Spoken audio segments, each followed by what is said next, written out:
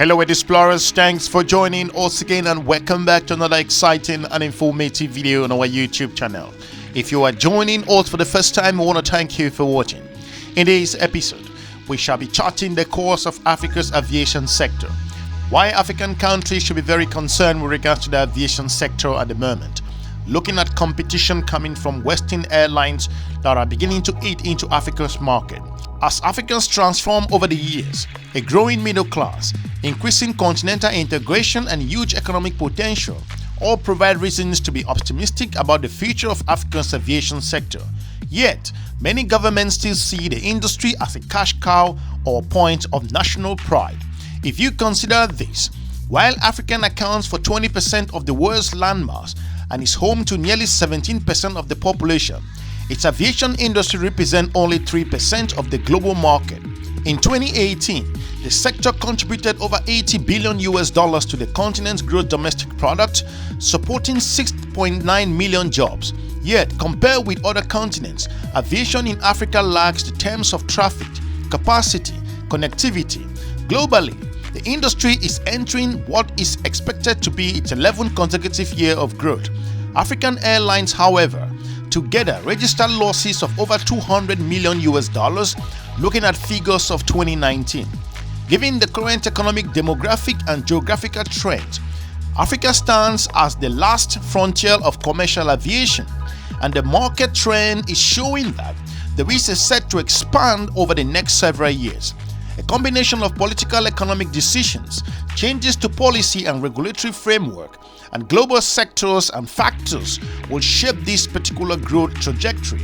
If you consider the growth drivers, the African continent's aviation industry has gained substantial momentum in the late, even despite the financial losses after the overall failures of the 1990s Yamoussoukro decision, when 44 African countries agreed to remove regulatory barriers. The single African air transport market known as SAATM was launched in 2018, bringing a new commitment to liberalization of the sector, a flagship project of the African Union. As a first step, we launched the single African air transport market January 2018 as the first project of Agenda 2063 to be launched. Until a few years ago, almost every time you wanted to fly from one side of Africa to the other, you would have to go via Europe. If air transport were to be liberalized amongst them, an additional 155,000 new jobs will be created. 1.3 billion will be added to the GDPs of the 12 countries, and it would make travel much more easier, cost-effective, and make it competitive. SAM, as it's abbreviated, aim to create a single unified air transport market on the continent. So far, 28 countries have committed to the agreement, representing more than just 80% of Africa's aviation market. 10 of those have already implemented all of the concrete measures envisaged by the SAM. Looking forward, however, despite these important players, including countries like Uganda and Tanzania, as well as some Nigerian airline operators, have been resisting liberalization, claiming that increased competition on what they consider as an even playing field will benefit consolidated airlines to the detriment of those different carriers. Experience suggests that while the liberalization of air market does not come without collateral damage, it has an overall positive impact for the industry. The economy generally encompasses in particular factors specific to African schools accelerate positive effect to implementation of African Continental Free Trade Agreement, the AfCFTA, the ongoing adoption by several countries of less restrictive visa policies, the possibility also creation of an African Union passport aimed at facilitating the free movement of people across the different continental borders, the Africa's fast-growing tourism market. As of 2018, the African tourism industry grew by 5.6%, the second fastest rate in the world. For comparisons, if you look at the global average, growth rate was just over 3.9%. If you are new to this channel, we will encourage you to subscribe and share our videos with your different network. If we look at the facts and figures considering the African aviation market data, with over 92 million passengers in 2018-2019 year, African accounted for just 2.1% of global passengers traffic according to IATA in 2019 figures. International tourism arrivals into Africa increased by just 7% in 2018, totaling over 67 million people. The continent is home to about 731 airports, 320 of which international, and just over 419 airlines. Africans can afford around 1.1 air tickets per year, on average significantly fewer than in Latin America, which is just over 5.4%, and North America at 33%. If you look at those different figures, passenger distribution in African airlines just over 51.5%, intercontinental and also 27%, intra-African at just over 22%, domestic, so to look at different areas. 10 airlines that including global carriers that operates to and from 7 African cities account for 80% of Africa's aviation market.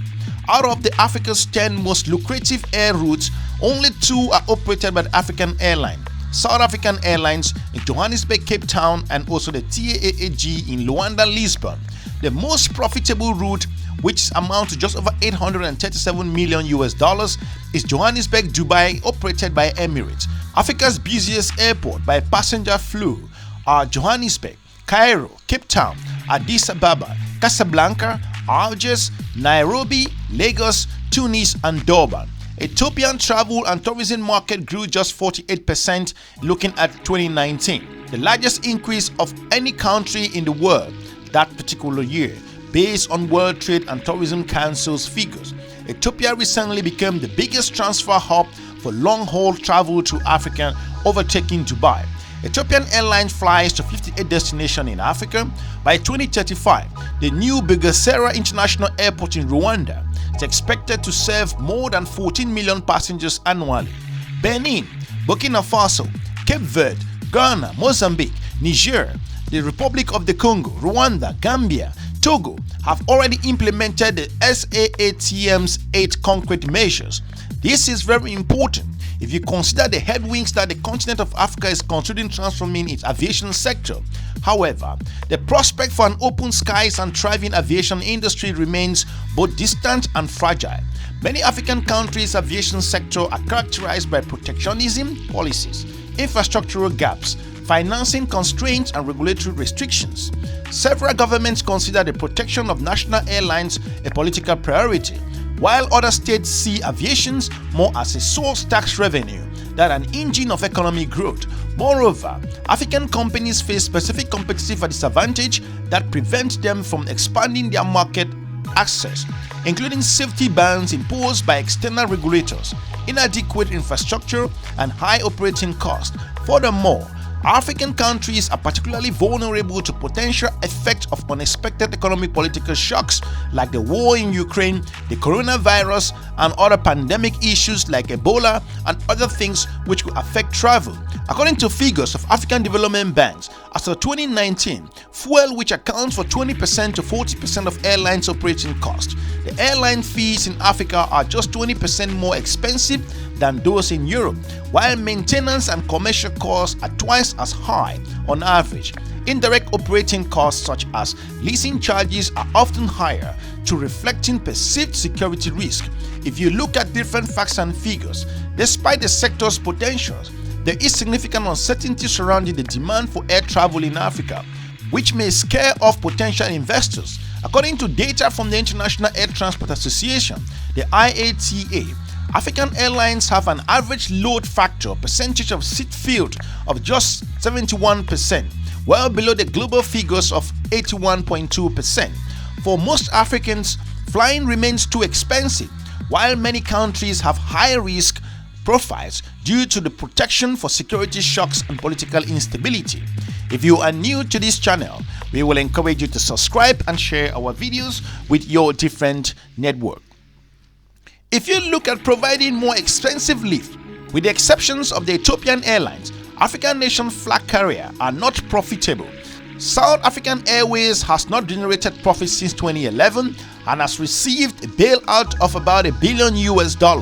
As of 2019, Kenyan Airways registered net losses estimated at more than $75 million and is undergoing a painful restructuring process which has happened However, several countries including Uganda, Tanzania, Zambia, Senegal and also Ivory Coast are receiving or expanding their national flagship carrier.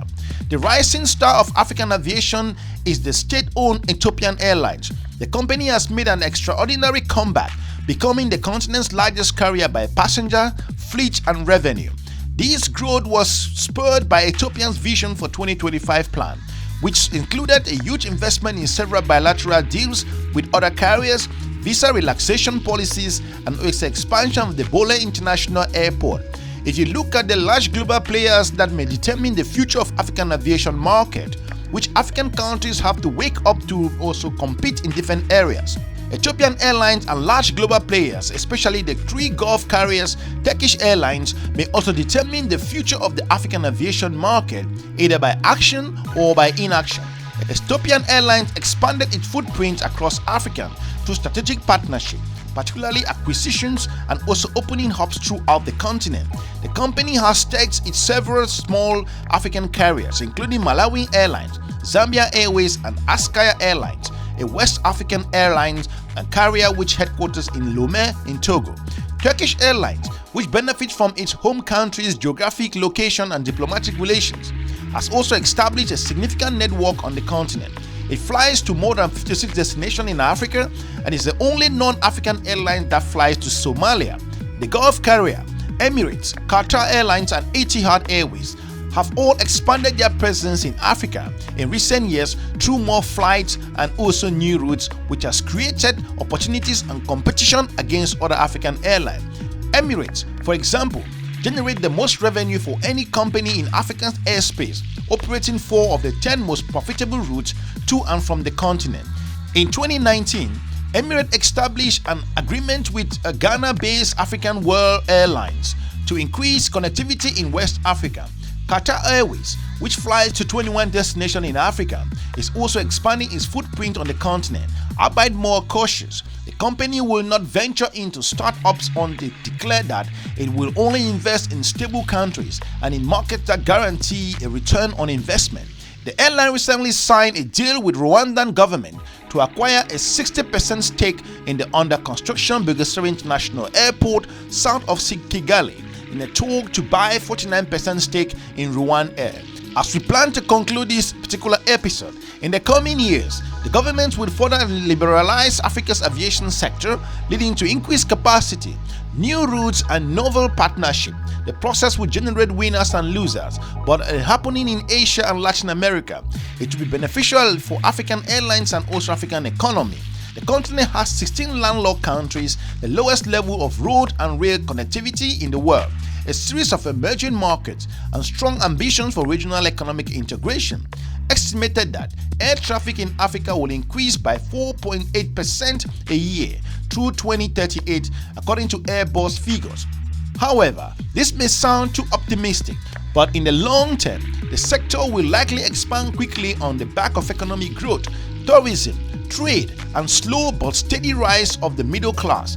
This growth trajectory, however, will also compromise by all low resilience to external shocks. Even under the best case scenario, the coronavirus is expected negatively to affect the sector in short to medium term, as Chinese routes, vital for the company's operations across the continent of Africa, are suspended and tourism flow are unexpectedly going to decline. Looking at the different happenings in the country of China, the open skies is a win-win synergy for the continent of Africa. Liberalization will take place through a smooth and effective transition, leading to a mixed picture where gains will clearly outweigh losses. The successful implementation of the African Continental Free Trade, increased integration of regional markets, and rising demands for air connectivity will also have a contribution in terms of significant growth in the African continent. Though some companies will not survive, some nations' carriers will enter into strategic partnership with global players following the Rwanda-Qatar model. Others will establish or expand codes, that agreement or first regional alliances to improve efficiency.